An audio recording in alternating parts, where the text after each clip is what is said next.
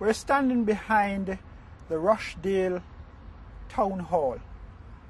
Rochdale's connection with the British Atlantic slave trade between 1700 and the mid-1800 is well connected through the development of the cotton industry in Rochdale, development of the dye industry that supported other industries, and Rochdale connections with Liverpool merchants via the slave trade.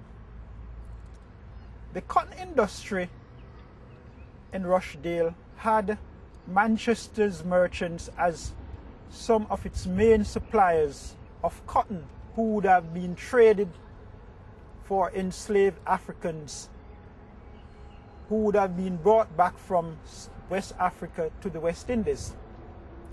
Merchants from Rochdale would have supplied cotton and other cloth to merchants in Manchester, who were direct merchants who traded between Manchester, UK, West of Africa and the West Indies back into the UK. These cloths, particular cotton, was the main material that they would have gotten from Rochdale to take into Africa. Another important material that was obtained from Rochdale was dye.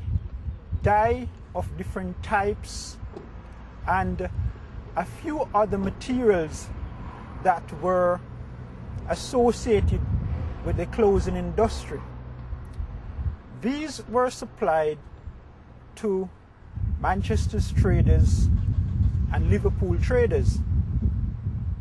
During the period of the slave trade, the merchants in the cotton industry from Rochdale also had direct link with suppliers from Liverpool, who they would have supplied cotton, dyes, and a range of other non-cloth material that would have been traded in West Africa.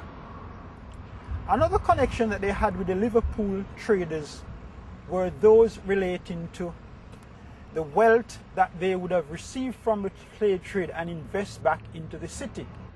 And a range of the buildings that were built then during the slave trade and post the slave trade would have reflected quite a bit of the art and the architecture that these merchants would have seen when they traveled overseas. For example, in this town hall we are seeing two or more shapes of a pyramid-like structure, and these are structures that are directly related to African art and architecture.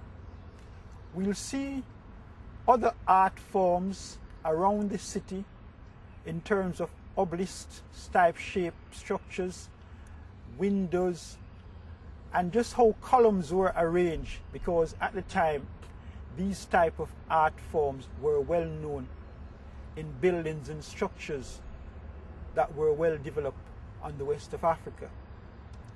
So Rochdale, in a sense, directly through its cloth, cotton in particular, development of various dyes, and direct trading with Liverpool investors, helped in more ways than one to fuel Britain's Atlantic slave trade before it was abolished.